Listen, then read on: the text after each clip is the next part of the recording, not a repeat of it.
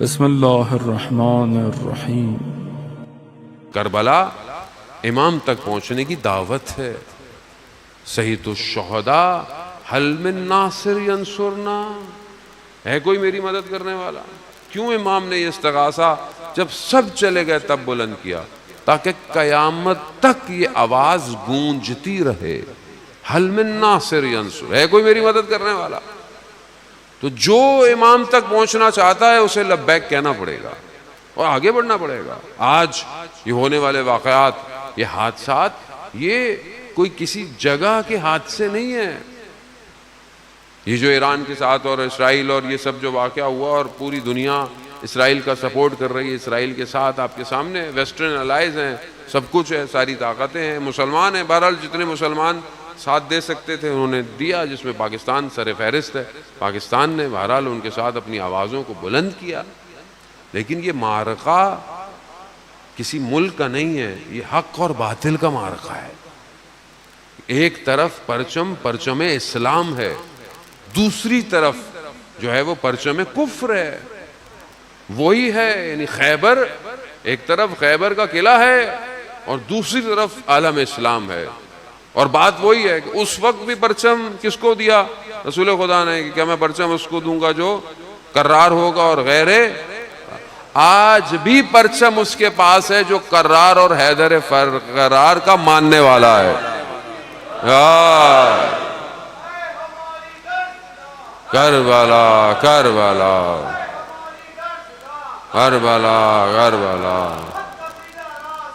کربلا کربلا کربلا کربلا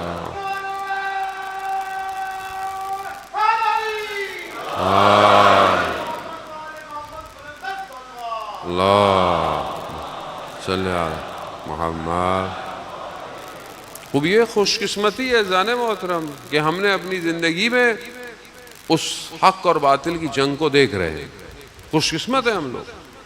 ہم سنتے تھے کہ کیا ہوگا، کہ مرحب اپنے قلعے پر نازاں ہوگا، کہ دروازہ اتنا مضبوط تھا کہ جسے ہٹانے کے لیے 40 لوگ کھولتے تھے۔ یہ تو تاریخ ہے، سب جانتے ہیں اس کو، لیکن مولا متقیان نے 2 انگلیوں سے دروازے کو اکھاڑ دیا۔ اب یہ جو ہوا ہے یہ بھی انہی کے ماننے والے ہیں۔ وہ آئرن ڈوم جس کو وہ اپنے آپ کو خیبر کا قلعہ کہتا ہے، خیبر کا دروازہ کہتا تھا، جو اپنے آپ کو اس طرح روک کے رکھتا تھا کہ نہ کوئی گھس سکتا ہے نہ کوئی آ سکتا ہے، حیدر کرار کے ماننے والوں نے 18 سال پرانا میزائل مارا ہے، نیا بھی نہیں مارا، پرانا مارا ہے۔ سجیل 17-18 سال پرانا تہرانی مقدم نے بنایا تھا، وہ جا کے مارا، اس نے آج کے خیبر کے قلعے کو اکھاڑ دیا۔ ابھی بھی اگر ہمیں سمجھ میں نہیں آ رہا حق کدھر ہے جان محترم، تو یا تو پھر نابینا ہے، یا پھر اگر نابینا نہیں ہے تو پھر بینا نہیں ہے، میری سمجھ میں نہیں آتا ابھی بھی۔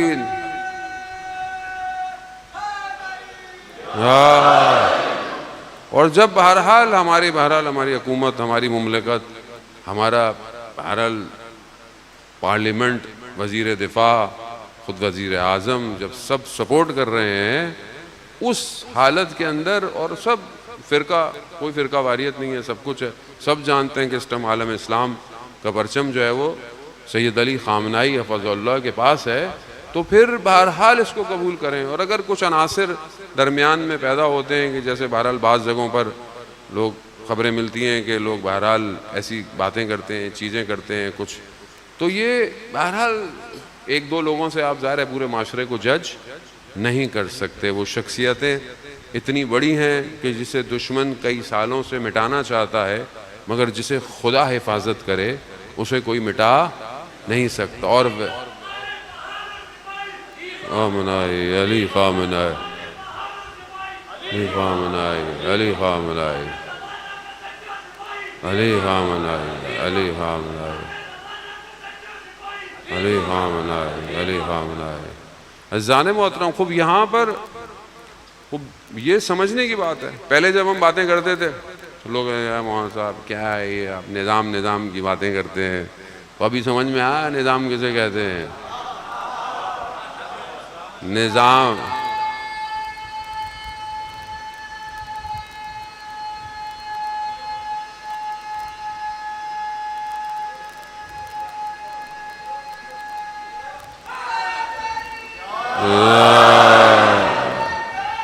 ہر کوئی سمجھ نہیں سکتا، نہ زبردستی سمجھانا ہے کسی کو، بھائی ضرورت بھی نہیں ہے، کاروان پورا ہے، لشکر بھرا ہوا ہے، ضرورت نہیں ہے کسی کی، اپنی ضرورت ہے۔ اگر کامیاب ہونا ہے تو لشکر میں شامل ہو جاؤ، نہیں شامل ہونا تو کھڑے رہو، دیکھتے رہو۔ پہلے بھی لوگ تماشا دیکھ رہے تھے، آج بھی دیکھ رہے ہیں۔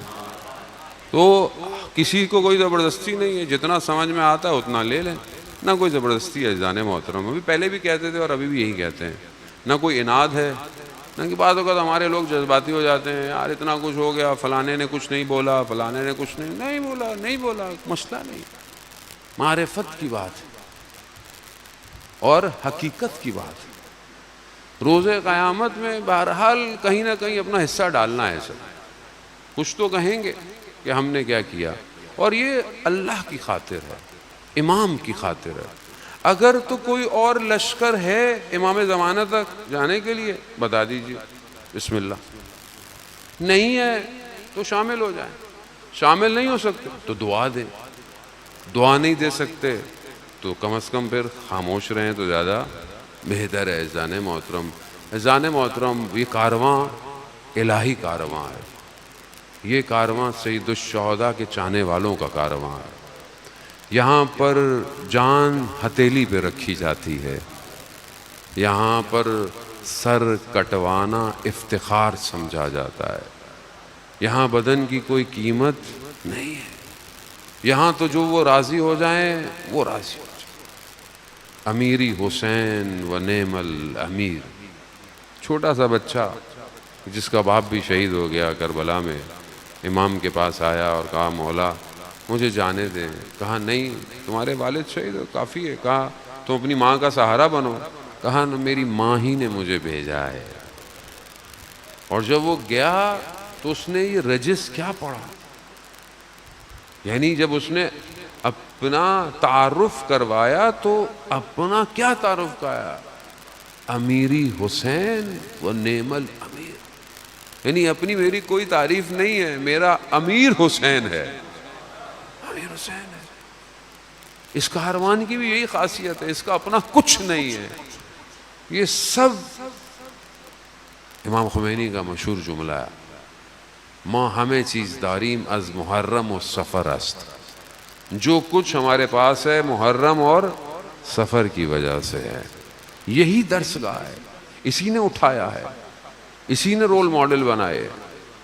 جو اس جگہ سے اٹھتا ہے اس کے بدن کٹ جائیں مگر اس کا نظریہ زندہ رہتا ہے۔ یہی کربلا ہے جانے مولا۔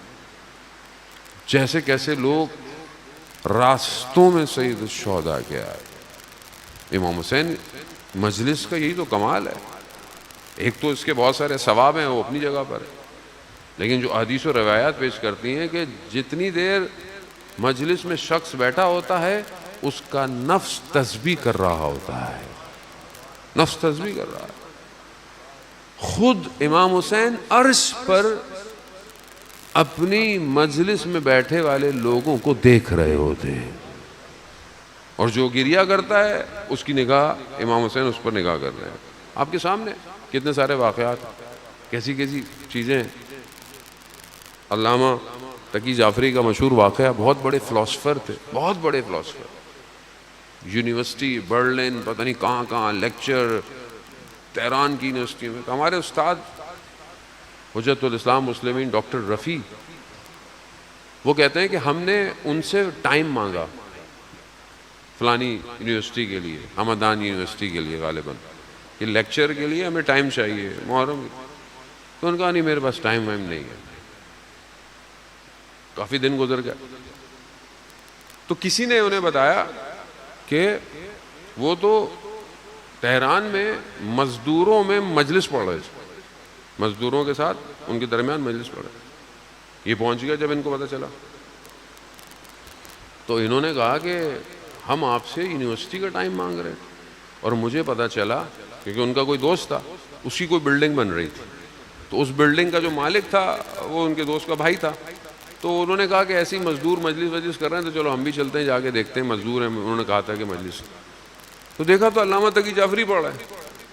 تو انہوں نے اس سے پوچھا کہ آپ ہمارے میں یونیورسٹی کو ٹائم نہیں دے رہے، آپ مزدوروں کی مجلس پڑھ رہے ہیں. تو انہوں نے کہا کہ میں روڈ سے گزر رہا تھا، روڈ کراس کر رہا تھا، یہ مزدور میرے پاس آئے.